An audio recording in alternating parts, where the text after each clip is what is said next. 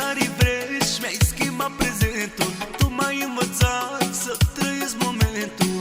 Mi-ai furat inima încetul cu încetul. Te iubesc de mor, dar mor de fericire. Tu mă lași să-mi fie dor de tine. Tu știi să iubești la fel de mult ca mine.